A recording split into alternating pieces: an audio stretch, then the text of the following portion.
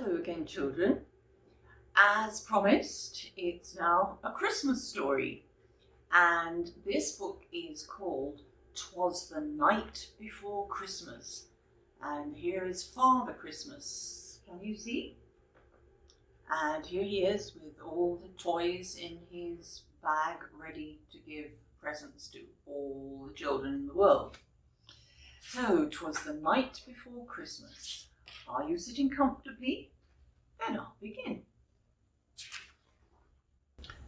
'Twas the night before Christmas, when all through the house not a creature was stirring, not even a mouse.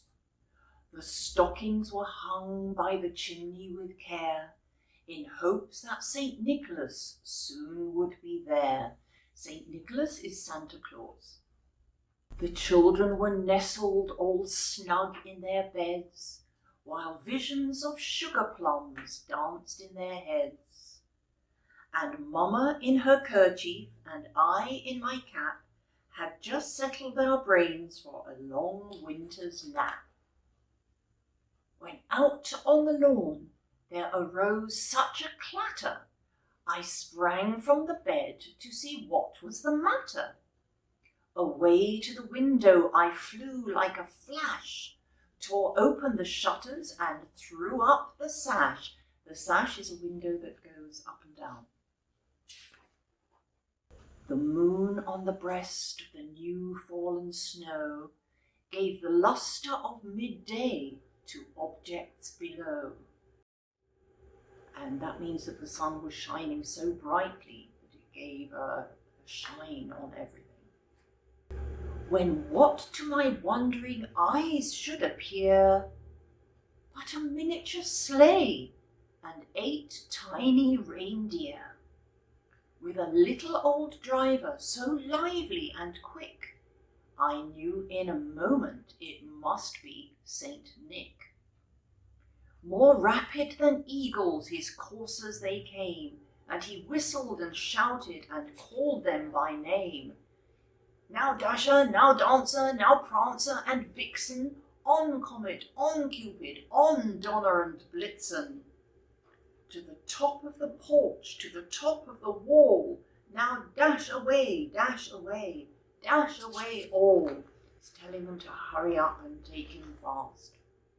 As dry leaves that before the wild hurricane fly, when they meet with an obstacle, mount to the sky, so up to the rooftops the coursers they flew, with the sleigh full of toys, and St. Nicholas too. And then in a twinkling I heard on the roof the prancing and pawing of each little hoof. So the hoof is the reindeer's foot. As I drew in my head and was turning around, down the chimney St. Nicholas came with a bound. He was dressed all in fur from his head to his foot, and his clothes were all tarnished with ashes and soot. A bundle of toys was flung on his back, and he looked like a peddler just opening his pack.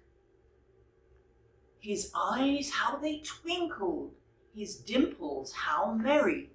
His cheeks were like roses, his nose like a cherry. His droll little mouth was drawn up like a bow, and the beard on his chin was as white as the snow. The stump of a pipe he held tight in his teeth, and the smoke it encircled his head like a wreath. Now in the picture you can see that he has no pipe in his mouth, because everybody knows nowadays that smoking is very wrong. He had a broad face and a little round belly that shook when he laughed like a bowl full of jelly. He was chubby and plump, a right jolly old elf, and I laughed when I saw him in spite of myself. A wink of his eye and a twist of his head soon gave me to know I had nothing to dread. That means I had nothing to fear.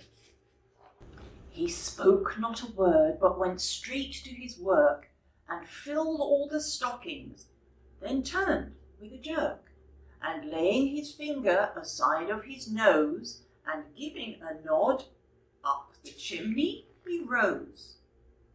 He sprang to his sleigh, to his team gave a whistle, and away they all flew like the down of a thistle. But I heard him exclaim as he drove out of sight, "Happy Christmas to all, and to all a good night." So that was Father Christmas's visit to this house, and I don't know what happened to Rudolph, the red-nosed reindeer, but all the others took Father Christmas, or Santa Claus, safely to the house to deliver the presents for the children. That's the end of the story for this week. See you next week.